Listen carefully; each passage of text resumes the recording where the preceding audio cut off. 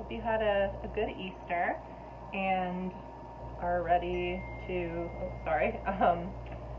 listen to me talk about what the thunder said. So I know we've been doing Eliot for like a long time now, and this is our last day. Sorry this took forever. I can just really talk about T.S. Eliot for a long time, but I don't think this lecture is going to be too long, and I definitely want to save like the focus for our week for like the Harlem Renaissance. So this will just be kind of like our final few words on Eliot, and then we will move on and have our next lecture about our Harlem Renaissance authors. Okay, so this is section 5 of The Wasteland, What the Thunder Said. And you'll notice throughout this section that there's like a lot of imagery of water and storms, or like lack of water, and like this kind of imagery of heat and like a desert. It's very apocalyptic. Like it really does not feel like a good place to be. And I think that part of why this section to me is a little bit more accessible than the other sections is that it does involve so much imagery. So like you can really ground yourself in the setting here, which like you can't really do in a lot of the other sections. So we begin with the story of the death of Christ.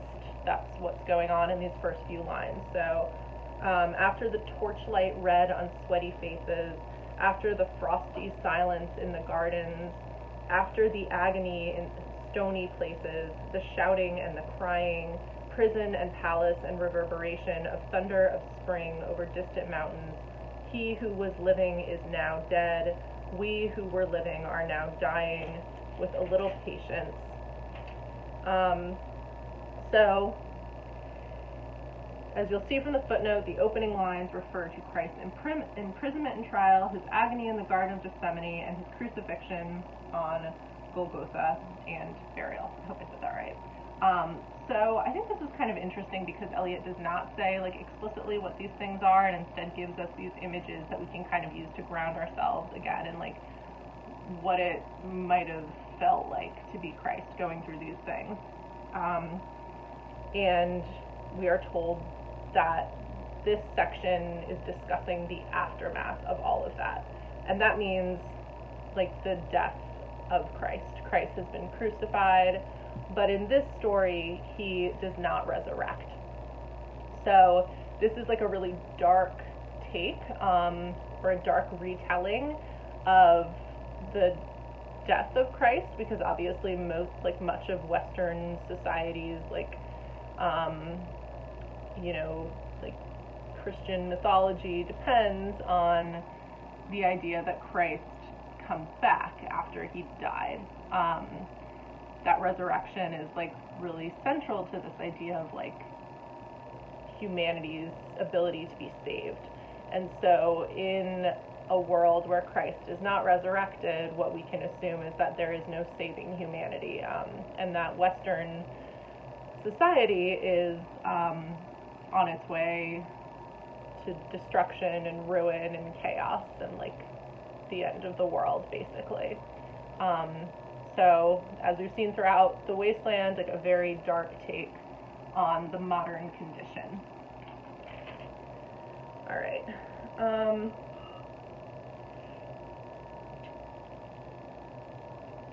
So you'll notice throughout this section of the poem, there's a lot of repetition, and also a lot of recursiveness. So when a poem is recursive, it means that it'll keep like doubling back on itself, like keep like picking up ideas from earlier lines.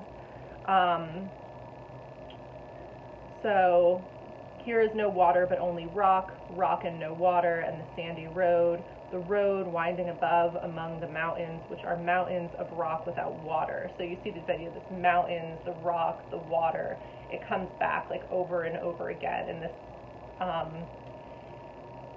and in a sense it kind of creates a feeling of like being trapped in a cycle, and being like unable to escape, right? Like none of these lines are able to move the poem forward but instead we see our speaker just like trapped in this sort of circular like imagery of like rocks, mountains, water. And the imagery here is incredibly hellish, incredibly apocalyptic. One of my favorite moments is, if there were only water amongst the rock. I'm on page 844 now, line 338. If there were only water amongst the rock, dead mountain mouth of carious teeth that cannot spit. Here one can neither stand nor lie nor sit. There is not even silence in the mountains, but dry, sterile thunder without rain. So notice, like, Eliot makes use of rhyme in a lot of these lines. Like, some of them kind of feel like couplets, but there's no formal rhyme scheme. So he rhymes sit with sit. A couple lines before that, drink and think, but it's not a consistent rhyme scheme. So by showing the breakdown of the order of a rhyme scheme, he's also kind of formally mirroring what he sees as the breakdown of Western society. And so it's made very clear to us that there is no water. And if we think about what water symbolizes, right, like rain in the spring brings new life. Water quenches our thirst. It gives us like the ability to survive, right? People can't live in places without water. It's cooling, it's cleansing, like it's, you can bathe in it. Water also has the connotation of baptism, so water is like purifying on a spiritual level as well, which Eliot alludes to later when he talks about the Ganges River. But here there is no water. There's nothing but rock. So there's no respite from thirst. There's no respite from suffering in this world where like Christ is dead, and cities are falling and like civilization is crumbling. The only thing that there is an illusion of water. So on line 357,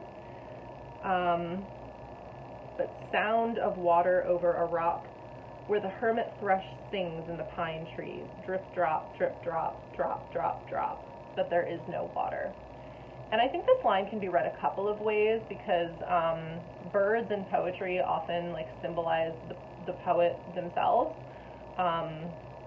because poets like are creating I guess music in the same way that a bird does. That's why the nightingale is symbolic of poets generally, and Eliot has used the nightingale throughout this poem. But this is another bird. So you might read this as poetry is something that feels like it could save us, but it really can't. You could also read it as like art is just an illusion of like true salvation. I don't know if that's totally different from the first reading. Like this idea that it's almost a trick, the hermit thrush singing. It's also interesting because the hermit thrush is a form of life, like it's human life that is being destroyed here, not just all life, period. And then in the next stanza, who is the third who walks always beside you? There's a really cool footnote here that I loved. So I'll just point that out. It's number 5. This comes from an account of, he says he forgets which, but he thinks it was Shackleton's Antarctic expedition. And during that expedition, when they were exploring the Antarctic, the explorers felt that there was like someone else with them. The constant delusion that there was one more member than could actually be counted. And I think that's probably, in this context, an allusion to God, but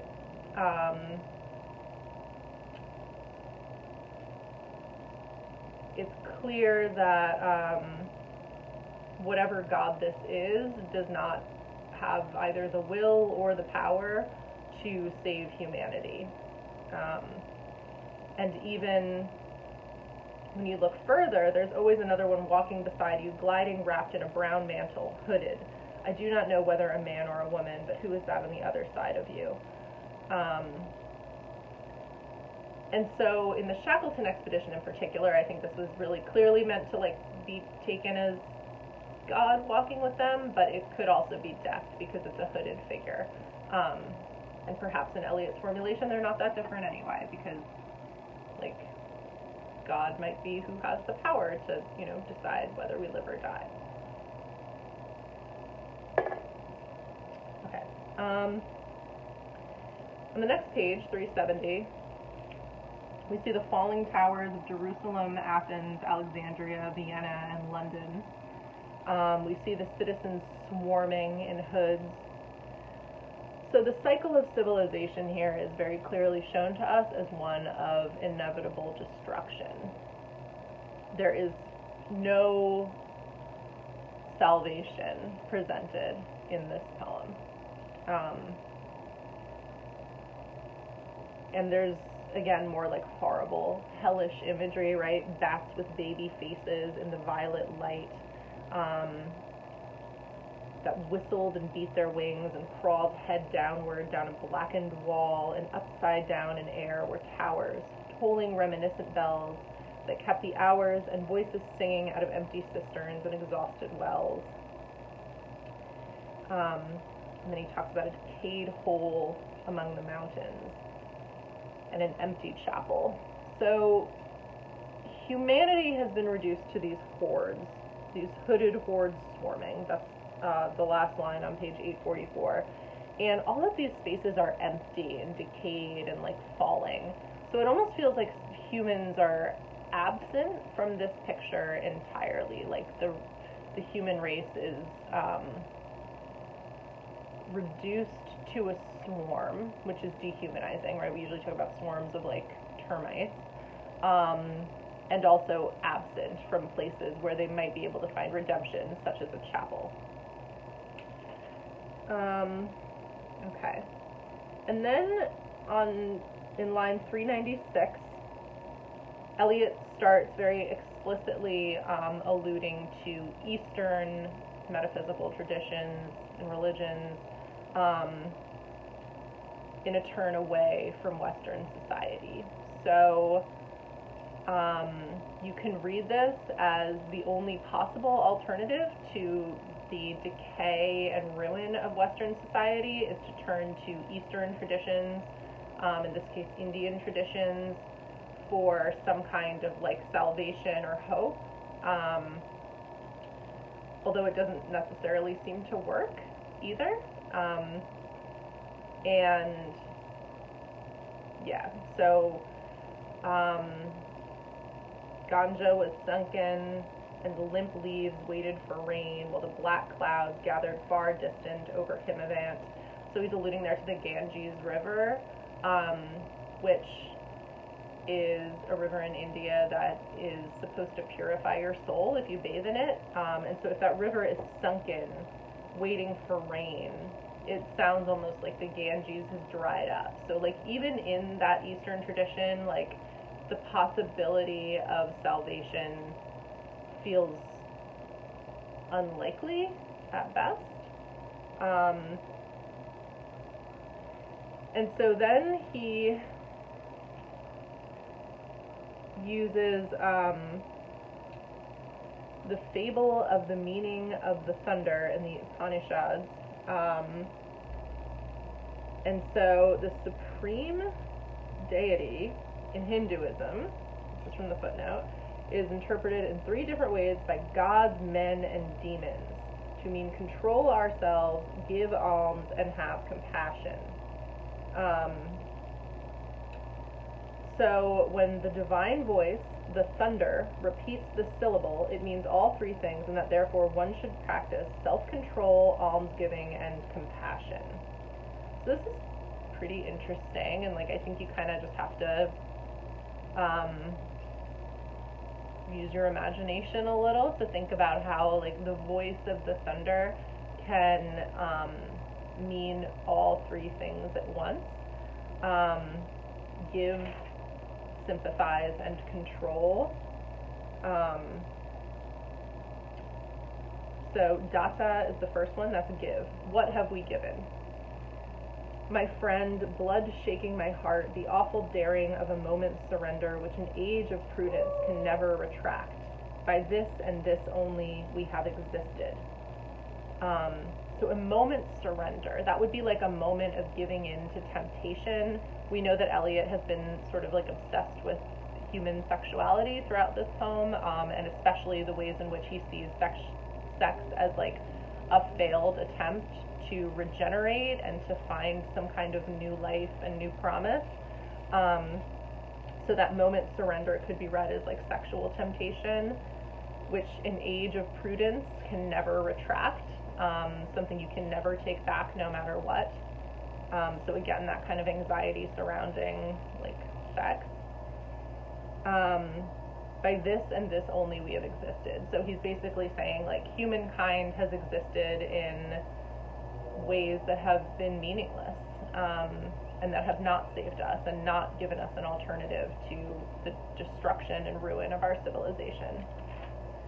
Then, page 846, last page of the poem, we have Dayadavam. I don't know exactly how to say that, but that means sympathize or have compassion. I have heard the key turn in the door once and turn once only. We think of the key, each in his prison. Thinking of the key, each confirms a prison. So, I think our normal sense of how to have compassion for other people is not like this, right? So in this image of like how far human compassion can take us, every single person is in an individual prison. And the only thing that can make us think of other people and have compassion for them is when we hear the key turn in the door. And that key reminds us that there are other individuals in the world also locked in their prisons. So it's kind of horrifying. And only at nightfall, ethereal rumors revive for a moment a broken Coriolanus, who chose self-exile when threatened with banishment by the leaders of the populace of Rome, and who is the tragic protagonist in Shakespeare's Coriolanus, which I have not read that play, but I do think it's interesting that in this section of the poem where Eliot's kind of turning to like a more Eastern tradition, he does still allude to Shakespeare, who was like one of the obviously like literary giants of the Western canon. And finally, damiata, which means control. And I think this is really interesting because control is like the only pleasant section, perhaps, in what the thunder said, and it's the last one we get. The boat responded gaily to the hand expert with sail and oar. The sea was calm. Your heart would have responded gaily when invited, beating obedient to controlling hands. So it almost seems like Eliot here is proposing the possibility that what the world needs is more control, like more controlling leaders who can take their hand expert with sail and oar and apply that to the human race. And Eliot was like sympathetic to fascism, right? He had kind of like a streak of desire to live in like an authoritarian society. So control here, I think, actually speaks to that a little bit. Like maybe he sees the problems of the modern world as problems that could be solved by like a firm ruling hand. Okay, and then finally we come back to the Fisher King. I sat upon this shore fishing, and keep in mind, I know it's been a little while since you've watched the other lectures probably, so the Fisher King is one of these like fertility myths about a king who is wounded in his genitals, and the entire like land, like all of his land stops being fertile, dries up, becomes an arid landscape, perhaps similar to the one described in this poem. And when the Fisher King's wound is healed, when he becomes fertile again, the land also becomes fertile again. But in this poem, much like Christ, who is not resurrected, the Fisher King is never healed. So instead of the poem ending on some kind of like vision of renewal, vision of salvation, redemption, we just end with like death. Like there's no real alternative to the wasteland. It's pretty dark. He says, shall I at least set my lands in order? And our footnote tells us, this comes from Isaiah, thou sayest the Lord, set thine house in order, for thou shalt die and not live. So it's implying that he knows he is about to die, and the only thing left for him to do is set his house in order. So Jesus has died without being resurrected. The Fisher King is about to die as well. And then London Bridge is falling down, falling down, falling down. So again, like the fall of great cities. And we have this like cluster of allusions, like allusions with an A, at the end of the poem, in different languages, from different books. So we have Purgatorio, we have the Vigil of Venus, which I've never heard of, and we have a sonnet called El Desdichado, which reads, the Prince of Aquitaine in the ruined tower. We have the Spanish tragedy. So I don't know what any of these are, honestly, except for like Purgatory, like Dante. But I think part of what's important here isn't necessarily knowing what these allusions are, but knowing that this is like Eliot showing how the only thing left of civilization are these little fragments, right? And he even says, these fragments I have shored against my ruins. So it's almost as if the speaker is gathering like cultural fragments in a last-ditch attempt to save something meaningful in Western civilization, to see some kind of meaning in Western civilization. And keep in mind, again, this is a huge part of the modernist project, is to take old stuff that's already been written and to write new things that are in conversation with that work, but that make it new. And so these fragments are new because they are all smushed together in one weird section of this poem, and they are also juxtaposed with Hindu philosophy. So the final words we get, Datta Dayadavam Damiata, which again give, sympathize, control, and then Shanti, Shanti, Shanti, which is also Hindu and which apparently can be translated into the peace with which passeth understanding. And so it is meaningful that the poem ends on these somewhat affirming words, right? So although Eliot is presenting a world that is ending, he is also giving us peace. So maybe it's possible to find some kind of peace in resigning ourselves to the end of civilization as we know it. And it's also meaningful that those words are in Hindu, right? So again, like we end not in a Western language, not in the Western tradition, but in an Eastern tradition, which Eliot may see as some kind of like alternative to the downfall of the Western world. Okay, so that's a really hard poem. I hope you guys got something out of it.